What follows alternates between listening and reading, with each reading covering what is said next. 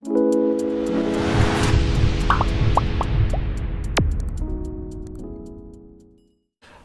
বিষয় 2024 সালের নবম শ্রেণীর দ্বিতীয় পর্যায়ক্রমিক মূল্যায়নের ভৌত বিজ্ঞানের প্রশ্ন এবং তার উত্তর। তোমাদের দ্বিতীয় পর্যায়ক্রমিক মূল্যায়ন আগামী আগস্ট মাসে অনুষ্ঠিত হবে। এই পরীক্ষায় তোমাদের পূর্ণমান থাকবে 40 এবং এর জন্য সময় হবে 1 ঘন্টা 30 মিনিট। তোমাদের এর আগে সেকেন্ড ইউনিট টেস্টে বাংলা, ইতিহাস, ভূগোল এবং বিজ্ঞানের প্রশ্ন এবং উত্তর করানো হয়ে গেছে। তোমরা যা যা দেখোনি তাদের জন্য লিঙ্ক ডেসক্রিপশন বক্সে দেওয়া আছে, তোমরা সেখান থেকে দেখে নিতে পারো।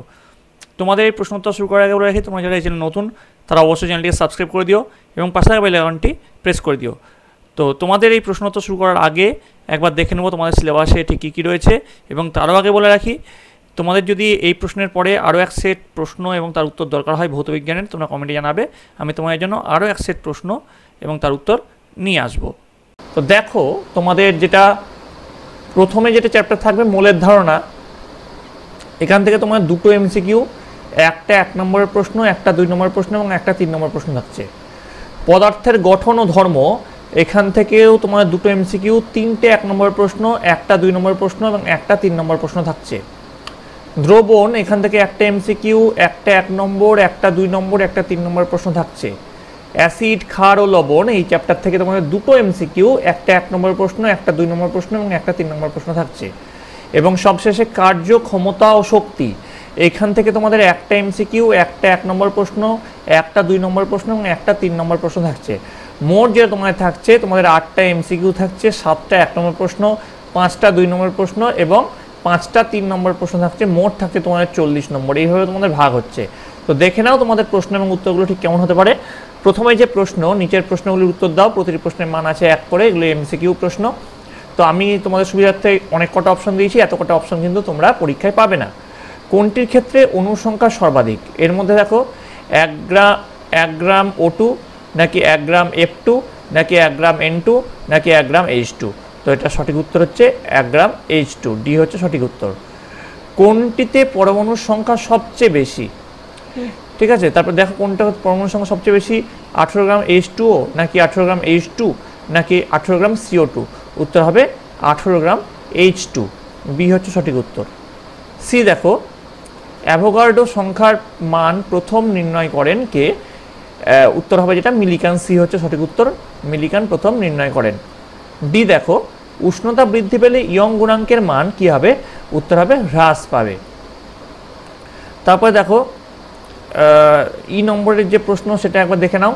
তীব্র ঝড়ে ঘরের চাল উড়ে যাওয়ায় আমরা ব্যাখ্যা করতে পারি কিসের সাহায্যে?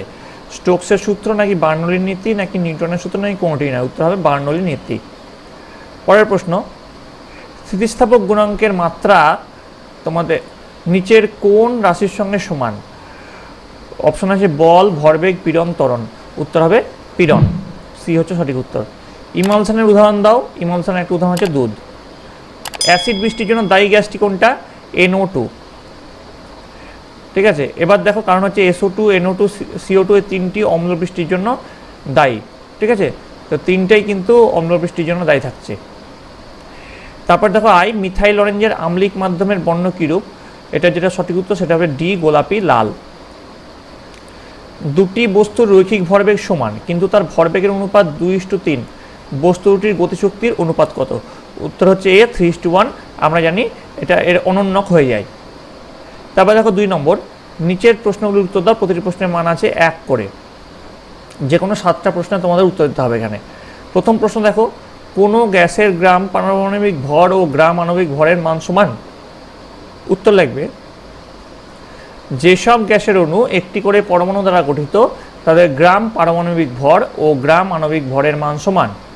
নিষ্ক্রিয় গ্যাসগুলির পারমাণবিকতা 1, তাই এদের পারমাণবিক ভর ও গ্রাম আণবিক ভরের মান সমান। এবার দেখো চলে আসছে বি নম্বর, মোলার ভরের একক কি? উত্তর লিখবে মোলার ভরের একক হলো গ্রাম পার মোল। তারপরে প্রশ্ন, চাপ কাকে বলে? উত্তর লিখবে কোনো তলের প্রতি একক ক্ষেত্রফলে লম্বভাবে প্রযুক্ত বলকেই চাপ বলা হয়। তারপর দেখো ডি, কোন পদ্ধতিতে ঘনত্বের মানই হলো আপেক্ষিক গুরুত্ব? উত্তর হবে এসআই পদ্ধতিতে ঘনত্বের মানই হলো আপেক্ষিক গুরুত্ব। পরের প্রশ্ন, প্লবতা ঊর্ধ্বমুখী না নিম্নমুখী বল? উত্তর প্লবতা একটি ঊর্ধ্বমুখী বল। বিকৃতির একক কি? উত্তর লিখে বিকৃতির কোনো একক নেই, কারণ এটি দুটো রাশির অনুপাত। জি দেখো, ড্যাশ প্রয়োগ করে কেলাসন প্রক্রিয়া দ্রুত করা যায়, উত্তর হবে বীজ কেলাস প্রয়োগ করে কেলাসন প্রক্রিয়া দ্রুত করা যায়। এইচ দেখো একটি করে প্রশম ও অ্যাসিড লবণের উদাহরণ দাও, উত্তর লিখবে একটি প্রশম লবণ হলো সোডিয়াম সালফেট Na2SO4 এবং একটি অ্যাসিড লবণ হলো সোডিয়াম বাইসালফেট NaHSO4। তারপরে দেখো আই নম্বর, কোনো বস্তুর শক্তি আছে কিন্তু ভরবেগ নেই, হতে পারে কি? এক কথায় উত্তর দিতে হবে, বেশি ডিটেলসে লেখার দরকার নাই। হ্যাঁ হতে পারে, একটি বস্তুকে উপরের দিকে ছুড়লে সর্বোচ্চ উচ্চতায় বস্তু মুহূর্তের জন্য স্থির হয়ে যায়, সেই মুহূর্তে বস্তুর ভরবেগ থাকে না কিন্তু স্থিতিশক্তি থাকে। 3 নম্বর দেখো, 3 নম্বরের যে প্রশ্নগুলো প্রতিটি প্রশ্নের মান আছে 2 করে, 5টা প্রশ্নের উত্তর দিতে হবে। প্রথম প্রশ্ন, গ্যাসের মোলার আয়তন গণনার সময় নির্দিষ্ট উষ্ণতা ও চাপের উল্লেখ করা হয় কেন? এর উত্তর তোমরা কি লিখবে দেখো, স্থির উষ্ণতায় নির্দিষ্ট কোনো গ্যাসের চাপ বৃদ্ধি করলে গ্যাসের আয়তন হ্রাস পায় ও চাপ হ্রাস করলে গ্যাসের আয়তন বৃদ্ধি পায়। আবার স্থির চাপে নির্দিষ্ট ভরের কোনো গ্যাসের উষ্ণতা বৃদ্ধি করলে গ্যাসের আয়তন বৃদ্ধি পায় ও উষ্ণতা হ্রাস করলে গ্যাসের আয়তন হ্রাস পায়। সুতরাং উষ্ণতা ও চাপের পরিবর্তনের ফলে গ্যাসীয় পদার্থের আয়তন তথা মোলার আয়তন পরিবর্তিত হয়, তাই গ্যাসের মোলার আয়তন গণনার সময় নির্দিষ্ট উষ্ণতা ও চাপের উল্লেখ করা হয়। এবার দেখো বি দেখো, তরলের চাপ ও ঘাতের মধ্যে সম্পর্ক কি?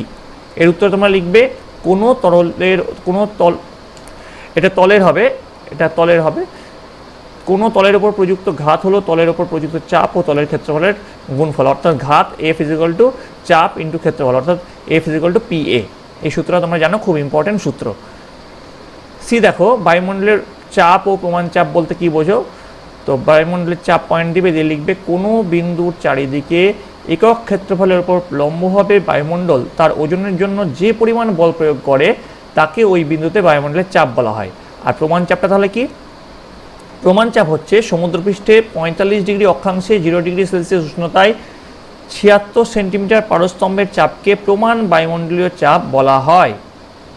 তারপর দেখো ডি, কোলয়েডের দুটি গুরুত্বপূর্ণ বৈশিষ্ট্য উল্লেখ করো। দেখো উত্তর লিখবে কোলয়েডীয় দ্রবণের কণাগুলি প্রকৃত দ্রবণের কণা অপেক্ষা আকারে বড় কিন্তু প্রলম্বনের কণা অপেক্ষা ছোট। তারপরে পয়েন্ট দিয়ে লিখবে কোলয়েডীয় দ্রবণের কণাগুলির ব্রাউনীয় গতি দেখা যায়। এবার দেখো চলে আসছে পরের প্রশ্ন ই, হাইড্রোক্লোরিক অ্যাসিডে সিলভার নাইট্রেট দ্রবণ যোগ করলে কি ঘটে? বিক্রিয়া দিতে হবে এটাতে। উত্তর লিখবে হাইড্রোক্লোরিক অ্যাসিডে সিলভার নাইট্রেট যোগ করলে সিলভার ক্লোরাইডের সাদা অধক্ষেপ উৎপন্ন হয়। তো এবার দেখো এর যে ফর্মুলাটা আছে HCl + AgNO3, এখান থেকে AgCl সাদা আর HNO3। এবার পরের যেটা আছে শক্তি নিত্যতা সূত্রটি লেখো। উত্তর লিখবে শক্তি অবিনশ্বর, শক্তির সৃষ্টি বা বিনাশ নেই, শক্তিকে কেবলমাত্র এক রূপ থেকে অন্য রূপে পরিবর্তিত করা যায়, বিশ্বব্রহ্মাণ্ডে মোট শক্তির পরিমাণ ধ্রুবক। ঠিক আছে, এবার দেখো 4 দাগের প্রশ্নে চলে আসছি। প্রতিটি প্রশ্নের মান আছে এখানে 3 করে, 5টা প্রশ্নের উত্তর দিতে হবে। অ্যাভোগাড্রো সংখ্যা 3টির গুরুত্ব আলোচনা করো। অ্যাভোগাড্রো সংখ্যা 3টি গুরুত্ব তোমাদেরকে লিখতে হবে।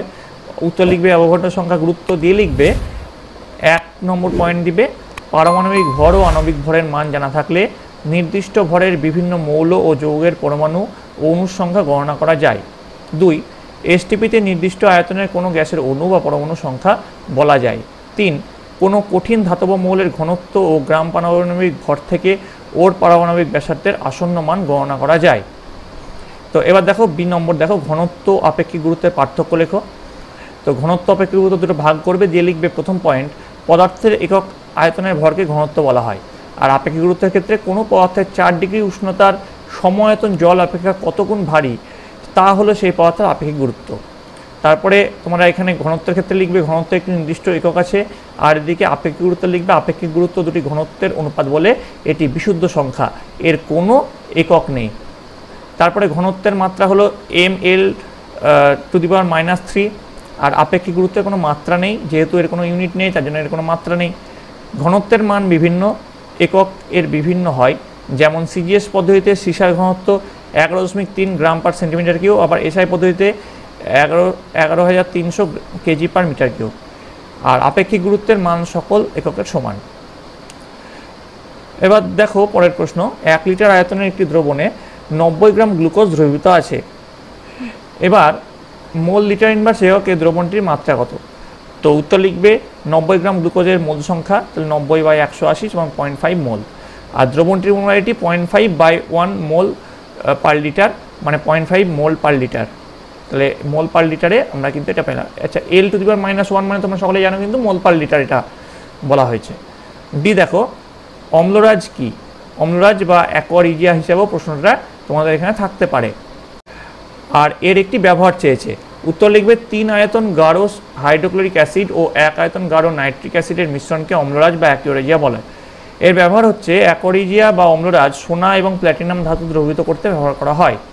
তারপরে এই ধাতবগুলির নিষ্কাশন, ধাতব যেগুলো পদার্থ হয় সেগুলো নিষ্কাশন ও পরিশোধন করতে এটি ব্যবহৃত হয়। মেশিন ও পরীক্ষাগার কাঁচের জিনিস থেকে ধাতু ও জৈব পরিষ্কার করার জন্য ব্যবহার করা হয়। পরের যে প্রশ্ন, কার্যহীন বল কাকে বলে? একটি উদাহরণ সহ বুঝিয়ে দাও। উত্তর লিখবে কোনো বস্তুর উপর প্রযুক্ত বলের প্রয়োগ বিন্দু সরণ পরস্পর সমকোণে হলে প্রযুক্ত বল কোনো কার্য করে না, এই ধরনের বলকে কার্যহীন বল বলা হয়।